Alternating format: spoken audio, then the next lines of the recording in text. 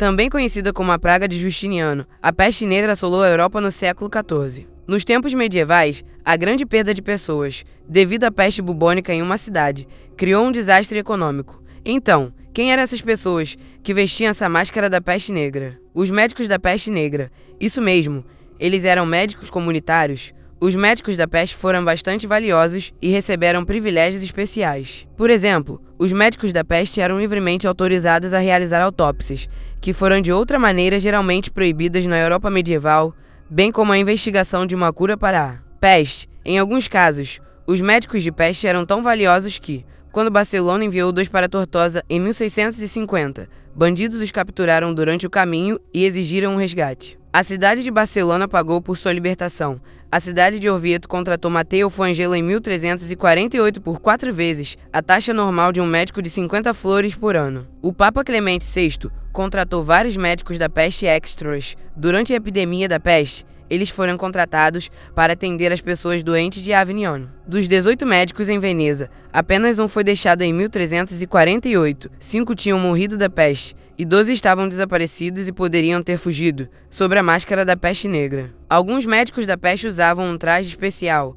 embora fontes gráficas mostrassem que os médicos da peste usavam uma variedade de peças de vestuário. As roupas foram inventadas por Charles de Lorme em 1619, elas foram usadas pela primeira vez em Paris, tendo mais tarde se espalhando para ser usada em toda a Europa. O fato traje de proteção consistia em um sobretudo de tecido pesado, que era encerado, uma máscara com aberturas de olhos de vidro e um nariz em forma de cone, como um bico para segurar substâncias aromáticas e palha. A maioria dos médicos da peste também usavam um chapéu de aba, que foi tipicamente usado pelos médicos durante o tempo da peste, para identificar sua posição como médico. Alguns dos materiais perfumados eram âmbar, folhas de hortelã, erva cidreira, cânfora, cravo, láudano, mirra, pétalas de rosa, estoraque. Isto foi pensado para proteger o médico do ar miasmático ruim. A palha forneceu um filtro para o mau ar. Um bastão ponteiro de madeira foi usado para ajudar a examinar o paciente, sem a necessidade de tocá-los.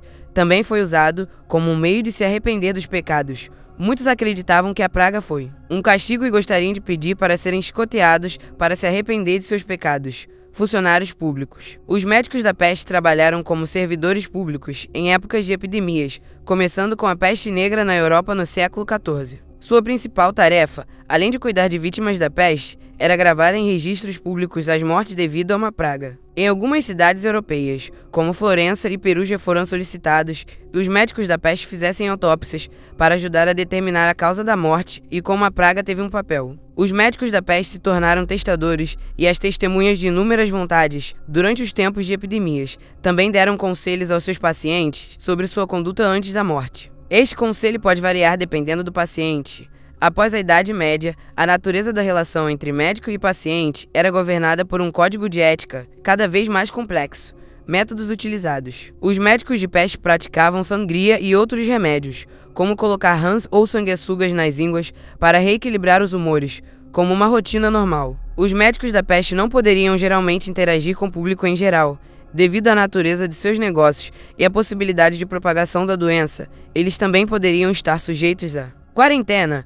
Grandes médicos da peste. O médico de peste mais honrado foi o médico particular do Papa Clemente VI, Guy de Chauliac, que foi o primeiro a estudar essa peste e acabou morrendo dessa mesma peste. Outro médico de peste famoso, que deu conselhos médicos sobre as medidas preventivas que podem ser tomadas contra a praga, foi ninguém menos que Nostradamus. O conselho de Nostradamus foi remover cadáveres infectados, tomar ar fresco, água potável limpa e um suco de preparação de rosa mosqueta. Entraité de Fardemes mostra-se, na parte do capítulo 8º, que Nostradamus também recomendou não sangrar o paciente. A cidade italiana de Pavia, em 1479, Giovanni de Ventura foi contratado como médico da peste da comunidade. O médico irlandês, Niall Glackain, ganhou respeito e admiração na Espanha, França e Itália por sua bravura no tratamento de numerosas vítimas da peste. O anatomista francês Ambroise Paré e Paracelso também foram famosos medievais médicos da peste.